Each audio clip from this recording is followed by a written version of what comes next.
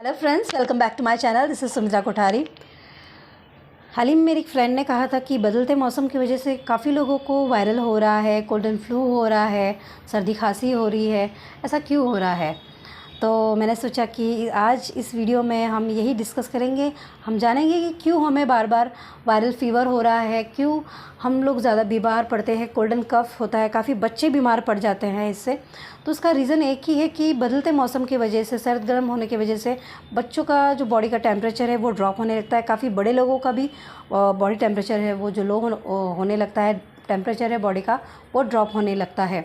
तो जिस तरह से सर्दी है, इस सर्दी के मौसम में वायरस और बैक्टीरिया काफ़ी एक्टिव होते हैं। जो हवा है, इन हवा में जो वायरस होता है, जो बैक्टीरिया है, काफ़ी एक्टिव होता है और वो हमारे नाक के थ्रू यानी कि अपने नोज़ के थ्रू जाकर अपने बॉडी में एंटर करता है और अपने लंग्स को काफ़ी अफेक्ट करता है। तो यही वायरस और बैक्टीरिया हमें बीमार बनाता है। तो इसकी वजह से कोल्ड एंड कफ़ की प्रॉब्लम होती है, आपको बुखार आने लगता है बार बार। तो यही एक रीज़न है। और दूसरा और रीज़न ये हो सकता है कि आपके बॉडी में इम्यून सेल्स की कमी यानी कि टी सेल्स की कमी है। टी सेल्स एक इम्यून सेल्स है और अगर उसकी कमी है तो इसकी वजह से भी आपका बॉडी टेम्परेचर जो है वो ड्रॉप होने लगता है। साथ ही साथ आपको फ़ीवर की प्रॉब्लम होती है, यानी कि फ़ीवर बुखार आता है।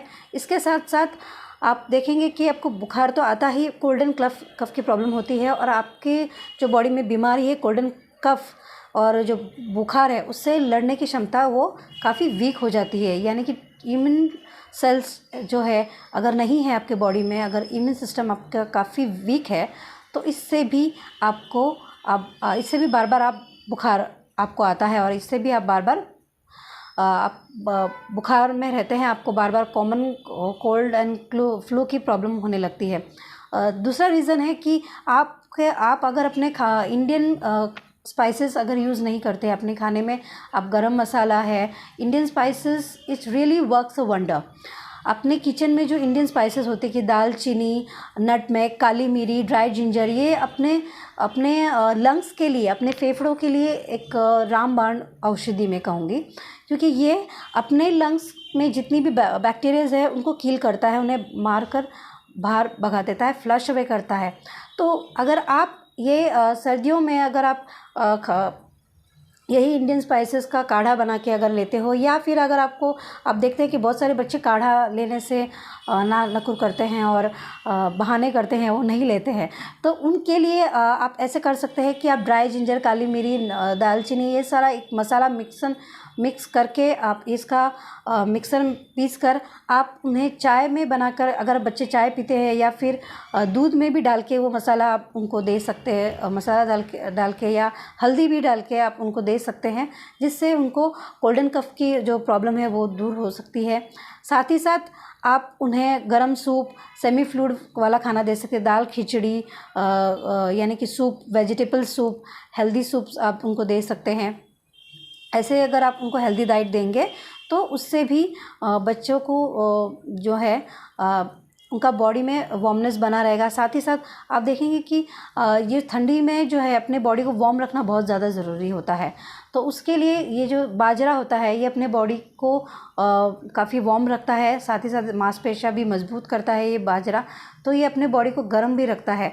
तो नाचनी, बाजरा अगर आप ये अपने बच्चों को भी खिलाते हैं और आप खुद भी खाते हैं तो इससे भी बॉडी वार्म होती है और टेम्परेचर भी ड्रॉप नहीं होता। एक और रीज़न हो सकता है अगर आपके बॉडी में फैट सॉल्युबल विटामिन्स की कमी है। अगर फैट सॉल्युबल विटामिन की कमी है तो वो भी आपको पूरी करनी है, यानी कि आपको ड्राई फ्रूट खाना है जिसमें विटामिन ई है, यानी कि कोकोनट में विटामिन ई होता है, आलमंड में विटामिन होता है, अखरोट, ऐसे ड्राई फ्रूट आपको खाना है। और विटामिन डी यानी कि धूप आपको लेना है, अर्ली मॉर्निंग की आपको धूप लेनी है। इससे भी आपको फ़ीवर बार बार नहीं होगा। जितना भी विटामिन डी आपके बॉडी में स्टोर होगा उतना आपका इम्यून सेल्स स्ट्रांग होगा। विटामिन ए यानी कि गाजर, मशरूम, पालक या हरी ग्रीन सब्जियां भी आपको खाना है।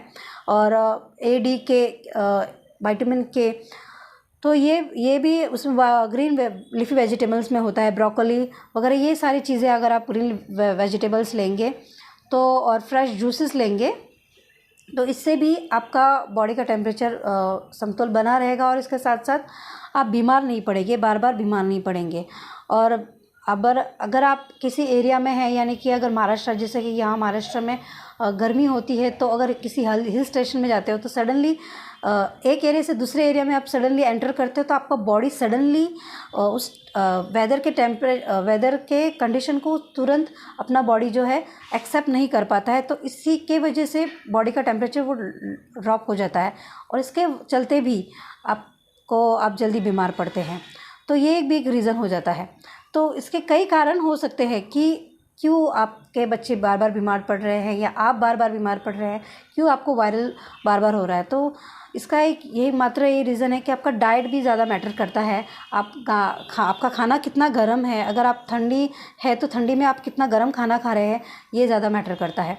और ये भी मैटर करता है कि अगर आप बाहर का जंक फूड ज़्यादा खा रहे हैं तो ज़्यादा चांसेस है कि आप रोज़ का अगर आपके खाने में जंक फूड फास्ट फूड शामिल है तो इसकी वजह से भी आपको बार बार वायरल हो सकता है, फीवर हो सकता है, इम्यून सिस्टम आपका वो लो हो सकता है।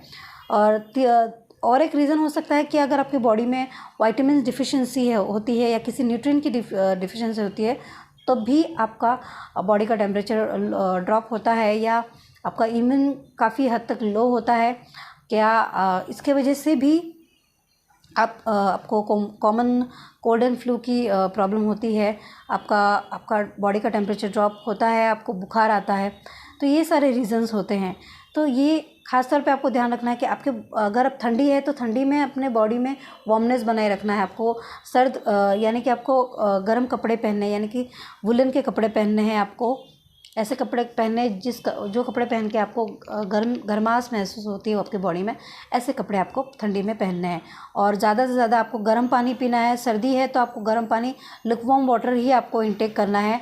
और आपको एक्सरसाइज करना बहुत ज़्यादा ज़रूरी है। अगर आप सर्दी में, विंटर्स में आप ज़्यादातर अगर एक्सरसाइज करेंगे तो आप देखेंगे कि एक्सरसाइज करने से क्या होता है कि स्वेट के थ्रू आप और मलमूत्र के थ्रू, यानी कि आप अगर ज़्यादा पानी पीते हैं तो ज़्यादा पानी पीने से भी आपका टॉक्सिन्स जो है आपके बॉडी से फ्लश आउट होता है। और एक्सरसाइज करने से जो स्वेट के थ्रू टॉक्सिन्स भी रिलीज़ हो जाते हैं। और साथ साथ स्वेट यानी कि अगर आप प्राणायाम करते हो, ज़्यादा ब्रीदिंग एक्सरसाइज करते हो तो इससे कोल्ड एंड फ्लू की कॉमन कोल्ड की प्रॉब्लम भी आपकी दूर होती है। ज़्यादा एक्सरसाइज करने से भी आपकी बॉडी में गर्माश होती है, आपके पूरे बॉडी में ब्लड सर्कुलेशन होने लगता है। और ब्लड सर्कुलेशन होने की वजह से आपको थोड़ी गर्माश फील होती है, वार्मनेस फील होता है आपके बॉडी में। और इसके चलते भी आपको कॉमन कोल्ड और फ्लू की प्रॉब्लम, फीवर की भी प्रॉब्लम आपकी वो दूर हो जाएगी। आपको बार बार वायरल नहीं होगा। तो आपको बार बार सेमी फ्लूइड लेते रहना चाहिए, गर्म खाना खाना चाहिए, साथ ही साथ आपको एक्सरसाइज करना चाहिए, प्राणायाम करना चाहिए, ब्रीदिंग एक्सरसाइज करना चाहिए, अधिकतर आपको कार्डियो करना चाहिए। कार्डियो से आपका हार्ट बीट बढ़ता है, आपके पूरे बॉडी में अच्छे से ब्लड सर्कुलेशन होता है। और आपको सनलाइट लेना चाहिए। सनलाइट से भी आपको विटामिन डी मिलता है, जिसके थ्रू आपको कोल्ड एंड फीवर की आपको प्रॉब्लम नहीं होगी। और आपका अगर आपको कोल्ड एंड फीवर हो भी गया है तो उससे आप जल्दी रिकवर कर पाओगे। और इंडियन स्पाइसेस का आप हो सके तो टी मसाले के थ्रू आप यूज़ कर सकते हैं। बच्चों को दूध में वो मसाला डाल के भी आप वो मसाला बन के, ड्राई जिंजर, दालचीनी, काली मिर्च, ये सब मिक्स करके, अगर आप नटमेग ये मिक्स करके मसाला बनाकर आप अगर दूध में डालते हो और बच्चों को देते हो तो भी बच्चों को काफ़ी हद तक उससे रिकवर हो सकता है।